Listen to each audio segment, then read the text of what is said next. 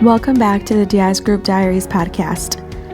Sales, sales, sales. Let's remove the stigma that's accompanied with sales. Are you ready to create a relationship building salesperson? What is solution-based sales? Are you B2B or are you B2C? Whether you are currently in the sales field or whether you're looking to get started and you want to uncover some sales basics, this is the episode for you. We hope you enjoy this podcast. Here's your host, Rafael Diaz. Hello, everyone. Today is our second day of our podcast, and our topic for today is going to be sales. Sales. So what is sales? People usually have this, especially in the landscape industry, a little confusing perception of sales. Usually when people think sales, they believe it's something is on a markdown price. Like a retailer is actually doing some cut off price on this product that they want to push out. But for our business, it's really not. For our sales is the exchange of a commodity for money. So basically a commodity or a service for a transaction of money. There's a big difference between doing a sale, and having something on sale. So for us small businesses, especially in the landscape industry, we get kind of tied up on the sales because we really don't understand what it is. But like I said, in simple terms, it's pretty easy. It's a transaction. Everybody does it. If you wouldn't have a sale, then you wouldn't have a business, because after all, everything does start at a sale, from a sale. I mean, we could say that we have a great business plan, we have a great financial advisor, we got a great financial plan, but at the end of the day, no business could ever even have a start without a business sales transaction. So, does every business need sale? Yes, of course. Sales are the blood of the company. You need to be circulating your sales nonstop. That's what makes your company better. So, again, sales are something that your company needs to perform the service. I mean, if you don't have customers to perform your services, well, you don't have a business. So, yes, every company needs profitable sales. And profitable could mean whatever you want your business to be. It could be a 10%, it could be a 5%, it could be a 20%. If you're really good and efficient and you could come up with a 30% net profit after all your costs are calculated, well then kudos to you. That's not easy, especially in the landscape industry, but I'm sure it's not impossible. But that'll be another topic for another day. So, why are there so many negative feelings towards sales? Why? Because I say, people always relate to sales to we're actually trying to push a product out and we're going to reduce the price. Or they also feel that sales comes from the term when you go buy a car and they're trying to sell you a car, when they become very pushy. Well, sometimes. So in reality, I guess it kind of does have some similarity. Is somebody's trying to actually have a consumer buy something. So why is it negative? I don't understand why it's negative. It should be positive. Every company needs to have sales. We all need to do it. We all need to perfect. For the other hand, I'm a relationship building salesperson and informative. So I try to build a relationship with someone, a customer, with my information, which is my expertise, my level of expertise, and create a relationship of trust with a customer with my expertise, with my knowledge of the industry and what you need for your property. That's how I have built my sales portfolio. Everybody knows that if they call me and I'm going to go to their house, I'm going to be honest. I'm going to try to get them the best solution, the most value for the buck, and I'm going to be there for them as long as we have a relationship, which is, I have about a 98% retention rate on my customers, and the other 2% that went away was either they move out of the state or out of the country. because I really do value the relationship with my customers. And we're not best friends. I'm not saying we have a best friend relationship. No, we have a trust relationship where they trust me when their backyard flooded one day. I had a solution for them. I didn't go in there and they had a black backyard flooded and try to sell them a pool. No, I went in there and gave them a solution for drainage. Maybe I offered a tree that will do well in a wet area, but I did not offer them a pool. So I didn't go in there trying to fix a drainage problem and I end up with a pool. That's not my style. And you know what? There's out there some guys that do that and they're awesome, but that's their style, not mine. My mind is helping people, going in there, helping them with a problem, giving them a solution, and doing it for them in a process way, in a step-by-step way. So if you see that way, sales is something where you're a transaction where you're trying to help someone.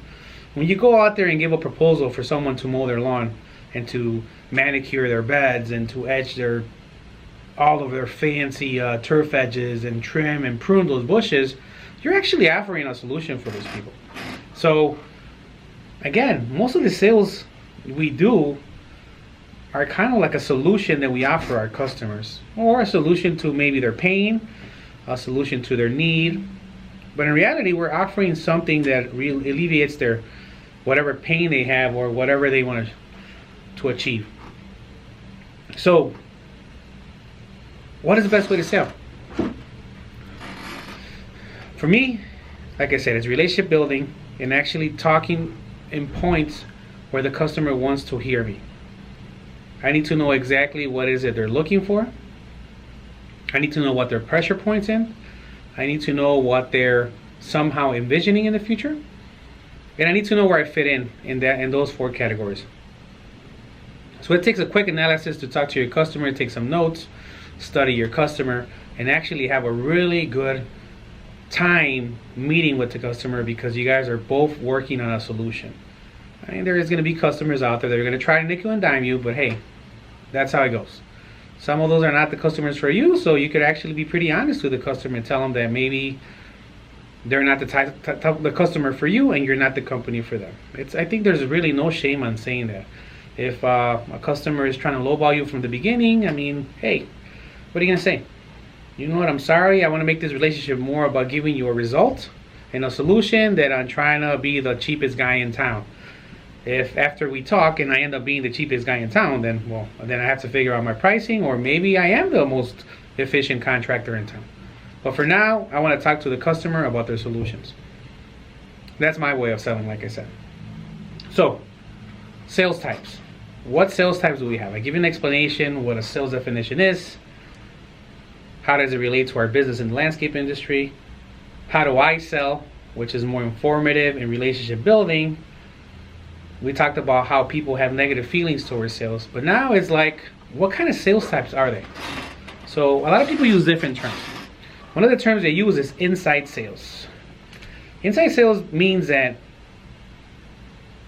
there is some people that are very good at selling that have it narrowed down to a process where they don't have to leave their house. A lot of big landscape companies don't have to leave the office and sell a job because they have great measuring systems online. They have their pricing metrics to a T. They have so much data that they can price everything out from their computers. There's people doing sales that way, and they're very effective. Some smaller companies, we don't have that, so we actually have to go see the property, measure by hand. We have to feel the customer. We have to feel the terrain.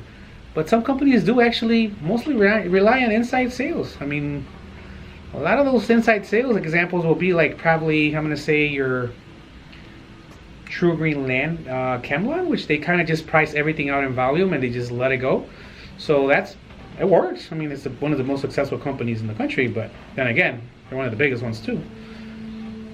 The other one will be something that's more common for us, which is outside sales, where we go out and meet the customer, like I explained to you guys before, and actually have that conversation, that interaction, that experience of face-to-face, that most of us actually do pretty well on. Most of us contractors have a lot of passion for what we do. We just don't understand that we're offering a solution to the customer, and we get really tied up and tied into trying to be competitive or not losing the customer or not losing what we're actually, to be honest, we don't have to lose if we're really honest and just express what we know, our knowledge, and the process of how to fix the customer's problem. And if we don't know, we can be really honest and be like, you know what, customer, Mrs. Smith, I don't know how to solve your problem at the moment, but let me go back, do some research, and I can come back with a solution.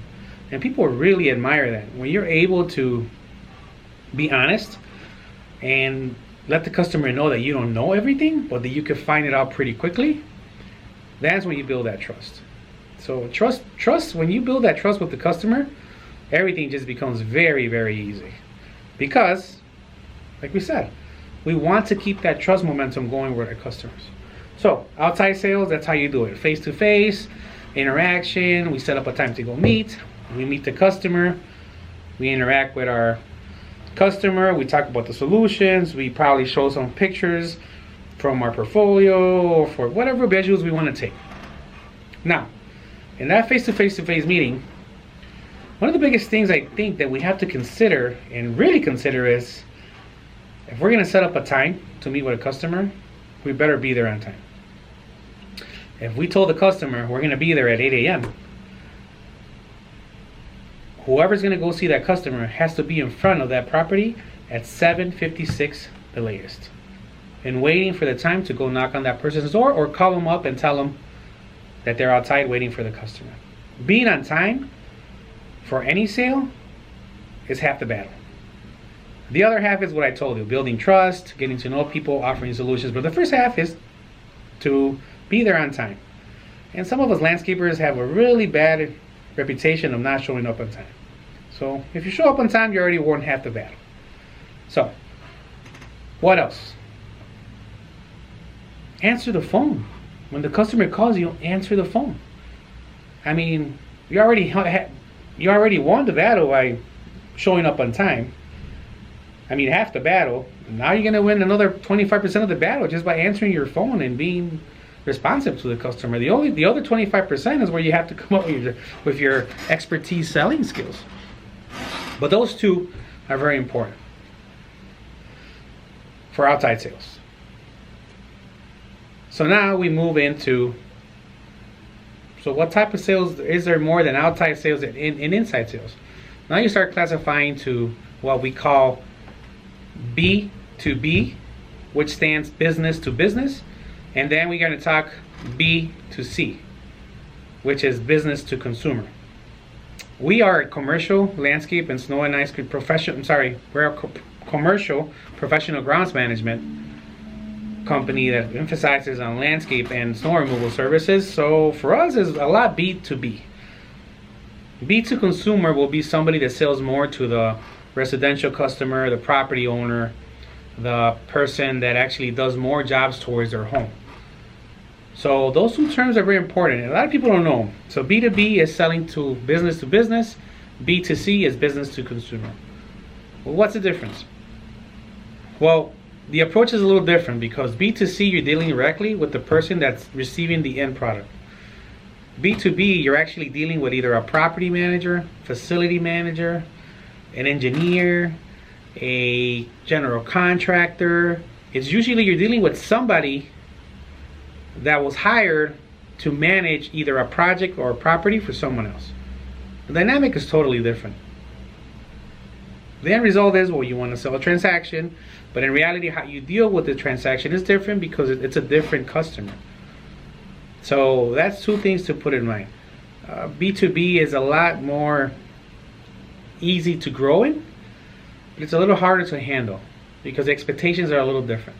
B2C is more direct because you have more contact with the customer directly, which you could always create an impact and sell or offer any solution you need.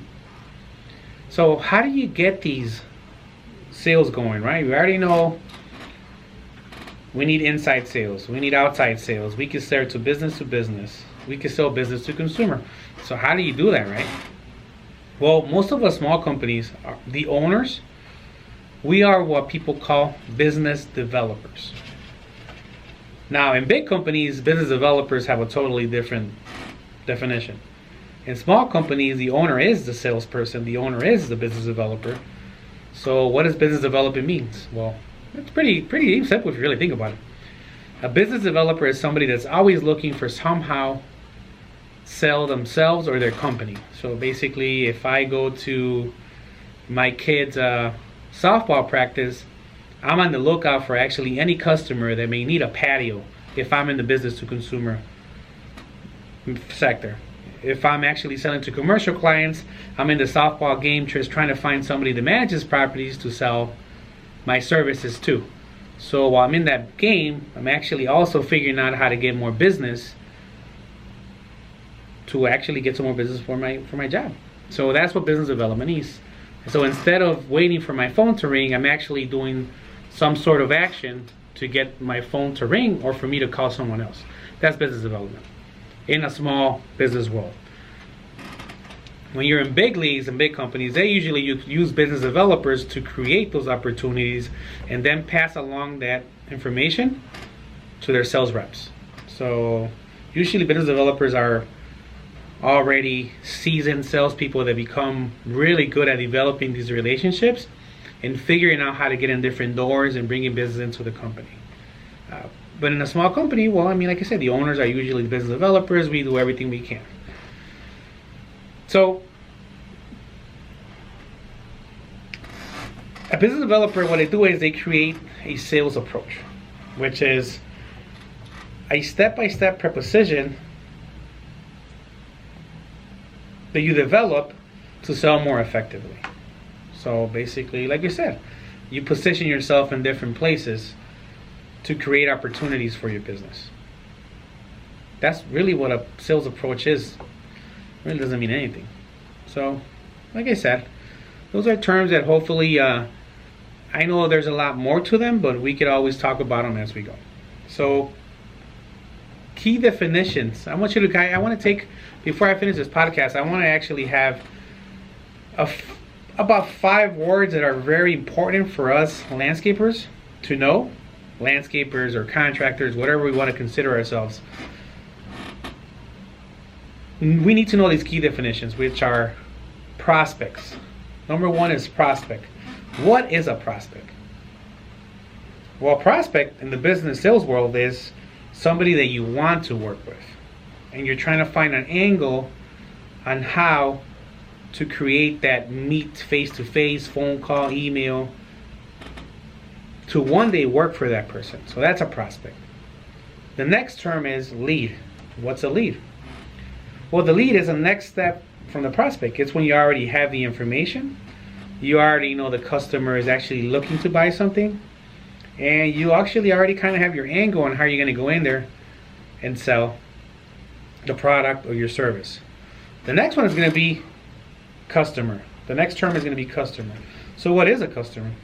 A customer doesn't become a customer technically until it went from a prospect lead to customer. You got their information, they signed a contract with you or a service agreement. Now we're customers.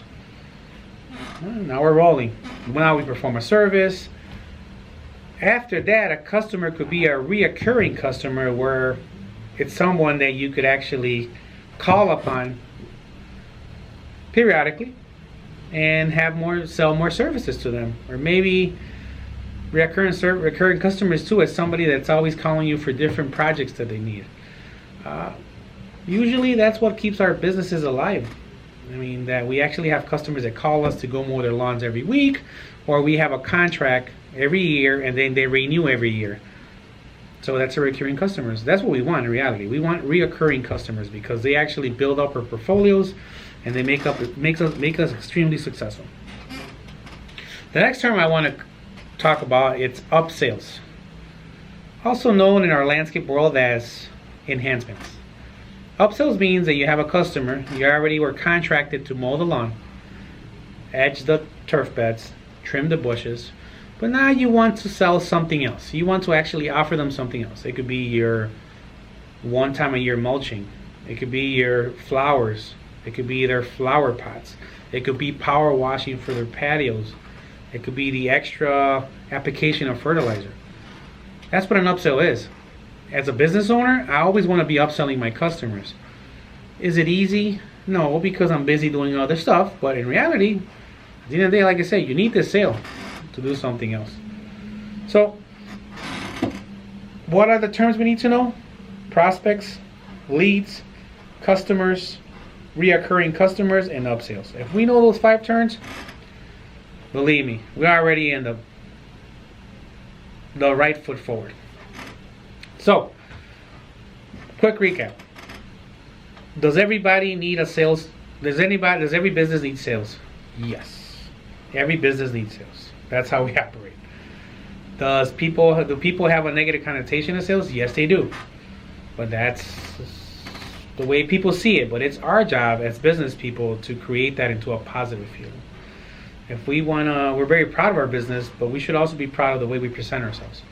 We should be proud of what we offer the customer. We don't only offer them cutting their grass and blowing their leaves. We offer them a peace of mind. We offer them comfort. We offer them peace when they see out their gardens and they have this great trimmed bushes and flowers. I mean, we got to see it this way. We got to be proud of what we do. We have to really show the customer what we really feel when we're going to go help them create their dreams, their outdoor dreams. So I'm going to give you guys a quick tip, what I do before I go to see any customer. Before I go to see any customer and I'm going to get off my car or my truck, I look at myself in my rearview mirror and I say, how am I going to help this customer today? How am I going to be of value for this person? And that's how I go in there in every sale. The money part of it, the transaction, for me, it's the byproduct. The main point is, how am I going to help? So, guys, if anyone has a question and wants to know more about sales, please, I would love to help out more. This is a personal topic that I love because I do love sales. Because like I said, everything in life is a sale for me. And it's about how do we touch that people emotionally to offer them our products. So, thank you. Have a great day, and I hope that you enjoy the information that I can share with you guys. We hope today's episode brought in some good sales insights and tips that you can apply into your business. As always, you're welcome to send us an email at diazgroupdiaries@gmail.com. Thanks so much for tuning in.